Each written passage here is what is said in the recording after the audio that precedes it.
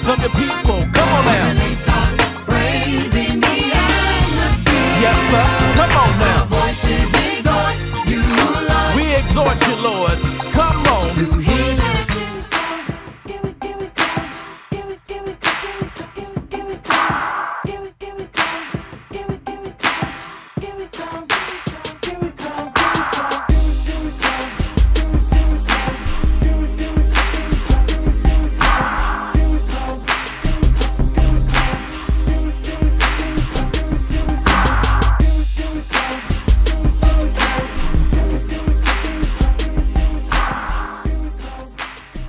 What's going on? This is Herb Hill from Producer Points. Listen, I need your help real quick.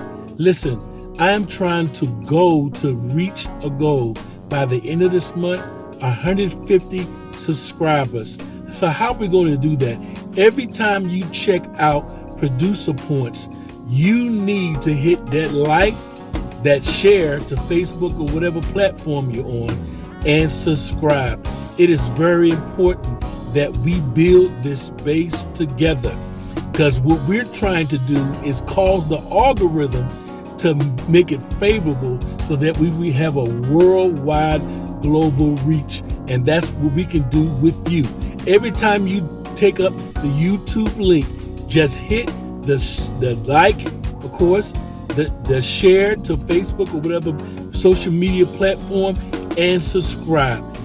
We need your help. By the end of this month, February 2022, we want to reach the goal of 150 subscribers, okay? And we can do it with your help. So if I put the YouTube link in your messenger on Facebook, don't just like the link, like it inside of YouTube. And that's how we're going to capture the subscribers. We can do it together, but I need your help. Worldwide domination concerning Producer Points with your help.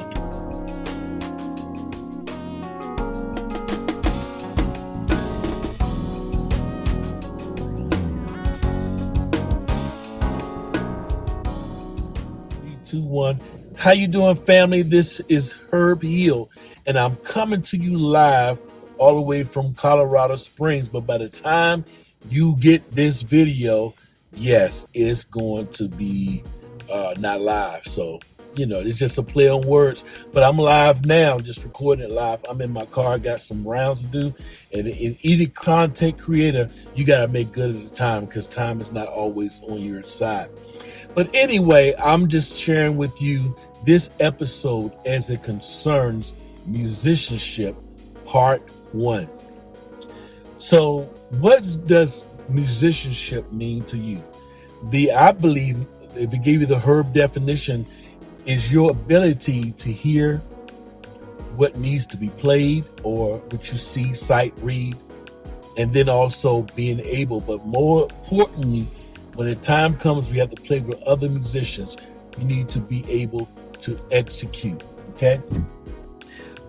This show is dedicated to musicians that desire musicianship, whether you play by ear, by notes, by the Nashville numbering system, whatever your capacity of playing, it needs to be efficient. So let's go ahead and kill this number of the difference of a musician versus a beat maker. A beat maker is a creator, okay? Musicians can be creators also, but the difference is a beat maker is not long term. They're very short term because they're trying to get a product out. Now, if you're a beat maker or music creator, when you're a musician, a true musician, you're always learning. There's never a time where you arrive, okay? Meaning that even though you might know some basics or even some middle ground type stuff and even advanced, you never arrive.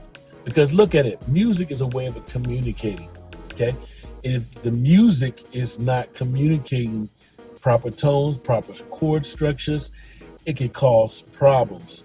It's like you're English, but you're trying to talk to people that are German, okay? Or Japanese or Spanish, you're not speaking the same language. Okay, it's a way of communicating. If you're a drummer, you communicate with the bass player. The bass player know his foundation. Drummer know his foundation.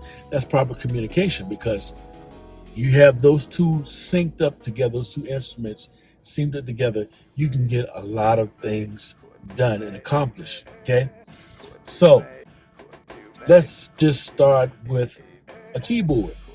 Keyboard has 12 keys.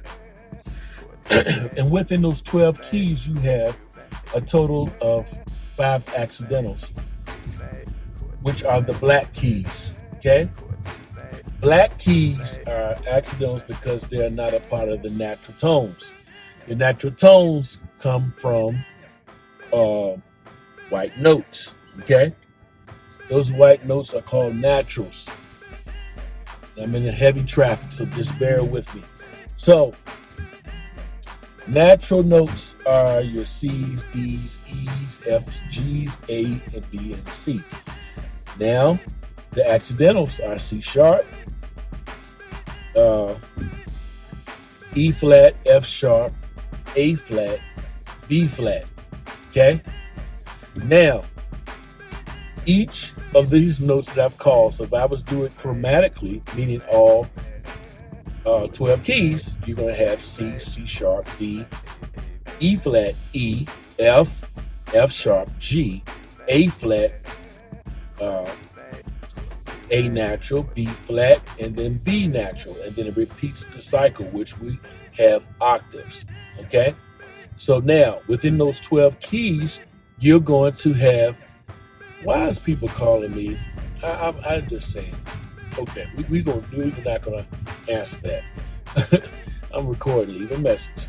But anyway, so within those 12 keys, you have the scales of those keys, okay? So let's talk about it.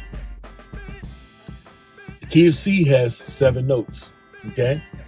C, D, E, F, G, A, B, C. Okay? So I went from C to C. Those are 7 considered one interval or one octave. Okay?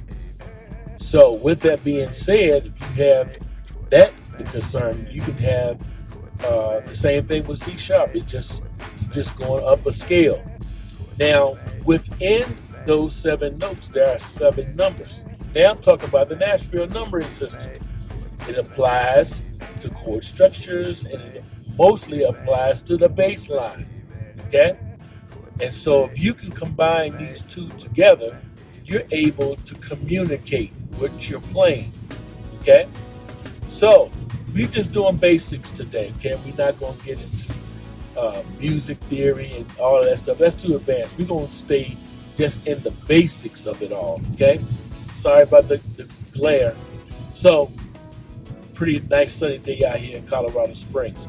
So we talked about 7 notes, which we call the Nashville number system. It works for all 12 keys. So the only thing is really changing, the numbers don't change. The key can change, but the numbers won't change. The notes won't change. So if you look at it like this, whole stem, key of C is C natural, D, E, F, G, A, B, C, which has numbers. Those numbers are C equals 1, E equals 2, E equals 3, 4 equals F, G equals 5, A equals 6, B equals 7, and then you interval again to the key of C, which is 1 again. Okay? So that's 1 octave. That's 1 octave or 1 interval. Right? So, in the comments, whether you're on Facebook, whether you're on YouTube, if I'm in the key of C, right? This is just a quiz. If I'm in the key of C and I'm playing the 1, what chord am I looking for you to play? Of course, I'm looking for you to play a C, E, G chord or a C if you're a bass player, because you can chord on the bass, but just the basics of a bass, you're carrying the foundation.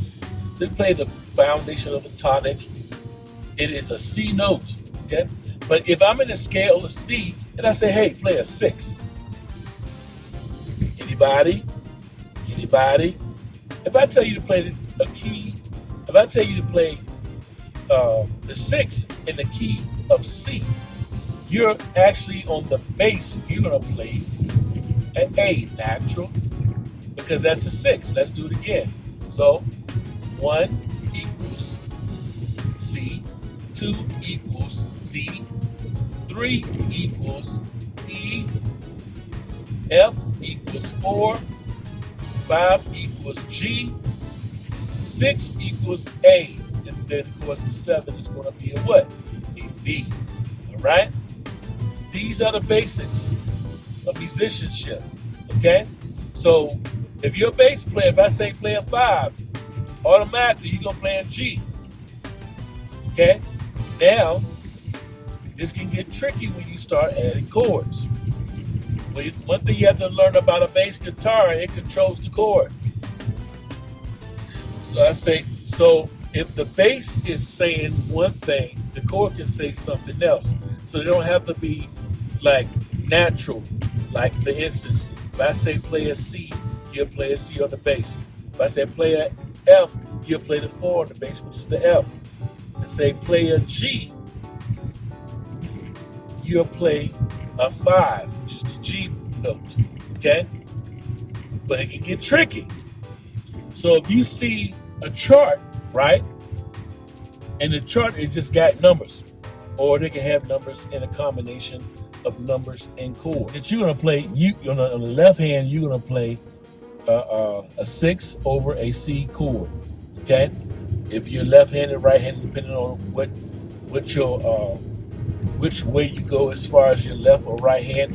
And now, a lot of times when you go to rehearse at the gig, they can say the left side is going to represent the left hand, or they're going to say the right side, the left side is going to represent the chord hand, based upon the person if he's left-handed or right-handed. It just depends on what their orientation is. Okay, so knowing this, when you write charts, if you write charts for your band, is because I'm not proficient in reading notes. I know what they are, I know what they sound like. If you write a chart, I can do it for you all day long. You call it notes, I can do it for you. If you call the notes, again, I can do it all day long, but I cannot read sheet music. I haven't strengthened myself. But that's for a topic for another day. So, we just talk about the basics. So let's talk about this. I'm orientating on the right hand. Right hand is going to represent the chord. Left side of that forward slash is going to be the bass or the tonic. Okay? When you come together as a band or even individual two-piece band, let's keep the people in. So, because playing by yourself and playing with other people are two different things. Because you think you knocking it out of the park, but you're not. To yourself, but to other people, you're like all over the place. That is like a train wreck waiting to happen, and you can really frustrate musicians like that as well. So the basics of playing with a band is that you have to put the work in to come up to the level. See, that's the great thing about another thing. Like, say for instance, you go to the Soviet Union, right? What should tell you to grab a pocket of common sense is learn the basics of what? Language. Their language. Hi, can you help me? I need to go such and such place. Now, whatever that means in their language, it's my responsibility to learn their language so they understand me and I can understand them. You know what I'm saying? But if I haphazardly learn their language, what ends up happening is I make a buffoon out of myself and I could be getting, slayed out. Use some expletives from the other host nation people because I don't even know what I'm talking about. Or I can need a bite to eat or restroom. I don't know these basic words, and they'll leave me in the dust, in the snow, because I'm not speaking their language. Well, that's the same thing with music. You got to learn to speak the language. Whatever that language is, I got to speak it so that way we're on what? One accord, doing the same thing at the same time if the music calls for it. That way we have a greater understanding of what is being said to each other. Same thing with music. If I need to learn the basics of the Nashville number system, when I teach people how to play an instrument, I teach them basic chord structures, but I also teach them the numbering system. Why do I teach people the numbering system? I teach them the number system for two reasons. Why? Because you're not going to always have a chart in front of you. Give you a good example. I went to a gig one time, it wasn't no chart. I had to ask them, what key is this song in? I knew of the song, I just needed to know the key. What key is the song in? Song's the key F sharp, right? Boom. Got the key locked in. I said, what are the basic numbers? They said blah, blah, blah, blah, blah, blah. I said, okay. Next thing you know, drummer, literally 30 seconds later, drummer counted off. 1, 2, 3, boom. I had to play. And I couldn't be like, what do they call it? What is that thing? A Guitar Hero, where I'm just scatting all over the place and just frustrating the fool out of people because I'm not speaking the proper language. Yes. So watch this. Mothers, when you are having your child trained to play an instrument, I want my baby to play in the choir. I want my play in the orchestra. Do they know the language? Because if your child or, choir member or musician that's in the choir, if they don't know the proper language, it's going to create nothing but catastrophe and chaos. Okay? So, in this episode, musicianship, we're honing in what? Musicianship. This is just part one. Part one. We probably have like 26 parts when I'm finished. I'm just teaching you basics. Okay? What are your scales? 1, 2, 3, 4, 5, 6, 7, 8. No, sorry. 1, 2, 3, 4, 5, 6, 7. Do, re, mi, fa, sol, la, ti, do. Do, re, mi, fa, sol, la, ti, do. Those are 7 notes. 7 notes. I did the 8th note because that's an interval or an octave. But it's just 7 notes in one scale. Okay? 12 keys. Right? Do, re, mi, fa, sol, la, ti, do. Those are 7 notes. 7 notes. I did the 8th note because that's an interval or an octave. But it's just 7 notes in one scale. Okay? 12 keys, right? Represented on the keyboard or on your guitar or your bass. It's 12 keys, right? But it's in those 12 keys, there are 7 notes. Okay? So, with that being said, I taught you just a little bit. I'm going to be chopping this up to get the bad parts and the good parts in. I'm going to go and review it. But for the most part, this is part one, musicianship. Meaning that you have to come to the level of where the music is at. You don't come below it, you go over it. Come to the level of what is already been established. Okay? So, with that being said, I thank you for joining me. It's just a musicianship thing. We're honing in on musicianship. It is very, very, very important. You got to speak the language. You can't be stumbling down the stairs with your instrument, joining a band. It will not work out for you.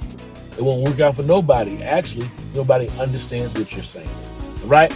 With that being said, this is Producer Points, part one of musicianship, and we'll talk to you soon.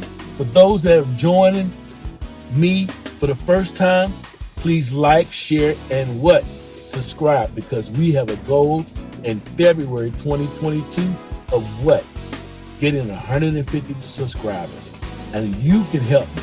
And so with that being said, I look forward to the next time we gather here on Producer Voice. God bless. Bye-bye.